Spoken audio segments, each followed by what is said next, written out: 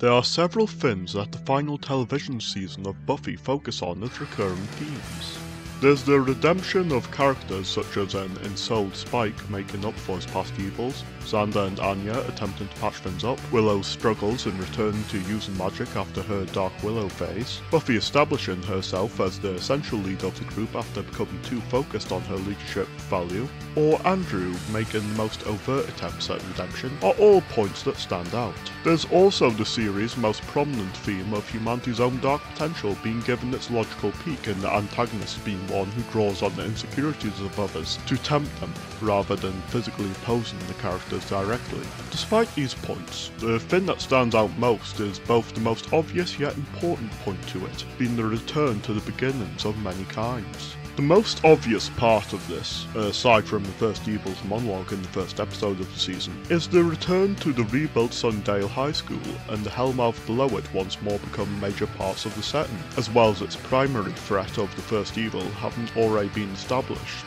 as the most primordial of evil forces Buffy had confronted during their introduction in Season 3. This also extends to characters either return to an early point of their history or to a point from the earliest point of their arc. Spike reflects much on the guilt, insecurities and trauma of his days as William Pratt and his siren by Drusilla. Anya briefly returns to being the vengeance demon Anyanka, and the Dark Willow events of Season 6 have caused Willow to be as filled with insecurities and self-doubts as during her shy days in the earlier seasons. This is far from a regression of their characters though, with what returns to the first stage they make showing how far they've come from this. Let's take Anya's arc, for example. Her return to being the vengeance demon as she was during her introductory episode shows how far she's come, as she is no longer as ruthless as she once was, and attempts to return to her full brutality upon punished men causes her nothing but despair that her character, before being in a relationship with Xander and socialising well with the main group, would have never given a second thought towards.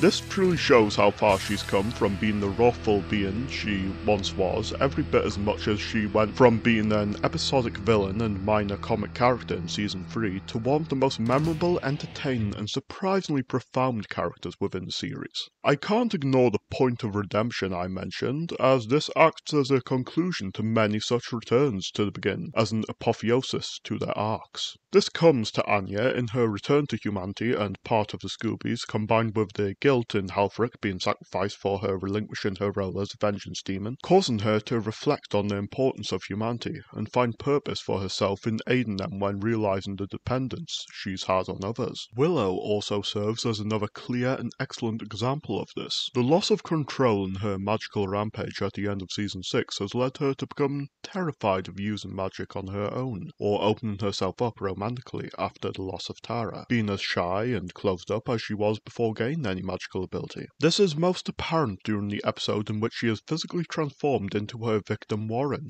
and the guilt she's bore is manifested. Ties to the past are further present in this being caused by a jealous Amy, who bears ill will towards Willow for many things, such as her having progressed slow enough in magical ability that Amy spent many years as a rat, not counting that one brief return to humanity in Season 4, and envy of Willow's talent in going far beyond what a witch like Amy was capable of. Though not directly part of Season 7, it's during the time frame of it, with her appearance in Season 4 of Angel, that she gains affirmation of her magical abilities being able to be used fully without her losing control, through besting the higher being that would come to be known as Jasmine, as well as aid in re-ensouling Angel. That leads to her being one of the two most important parts of the climactic battle strategy, when combining her technological and magical prowess to activate all potentials as Slayers. To get a tad tangential with Willow's crossover with the cast of Angel, the episode of Angel that covers these events, Orpheus, presents similar ideas of return to beginnings, and displays of growth from it are present in Faith being presented with flashbacks of Angel's unflattering past, both as Angelus and during his more nihilistic post-ensoulment days before meeting Buffy.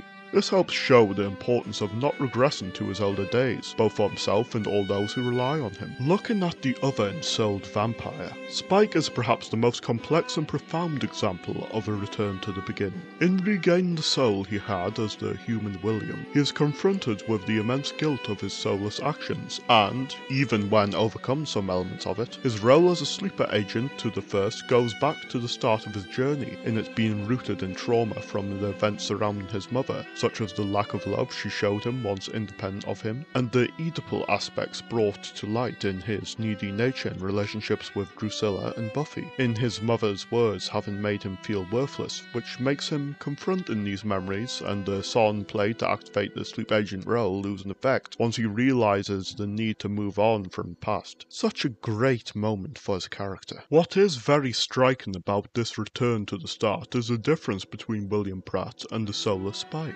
William was a romanticist and poet at heart, with a caring nature far different from Spike's mix of selfishness and possessiveness. This is seen best with how much his treatment towards Buffy has changed. Though he believed himself to love Buffy in seasons 5 and 6, his attitude in wanting to make her more like him and the lengths he went to in order to retain her show it was less a genuine love and more intense attraction and need to possess, which is consistent with the inherent evil of soulless vampires. Even some of his more selfless actions could be seen to be an extension of this when his inability to harm humans made his options limited. We see the change in Spike's attitude towards this in the episode Touched, in which he presents a far greater understanding of his feelings than before, in showing how he loves Buffy for what she is rather than what Spike wants. Perhaps the most striking and meaningful part of all this is the juxtaposition towards other couplings within the episode.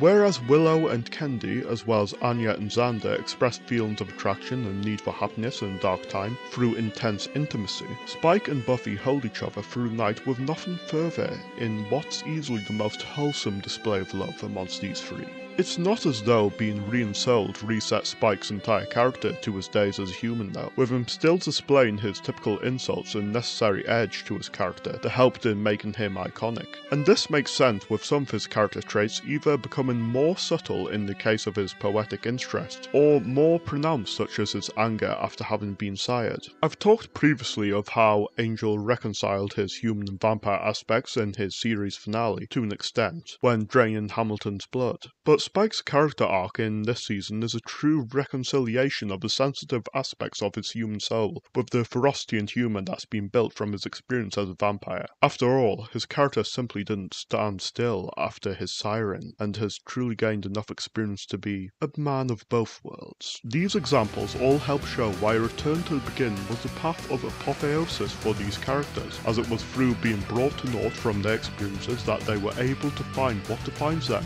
and for the series' final season, outside the comics, to provide a fitting conclusion to their characters. Thank you for all those who have watched all 7 parts of this series. It will be a while before I make more Buffy related content, so hopefully there's much for you to appreciate on my channel, or perhaps you may offer a recommendation for a future topic.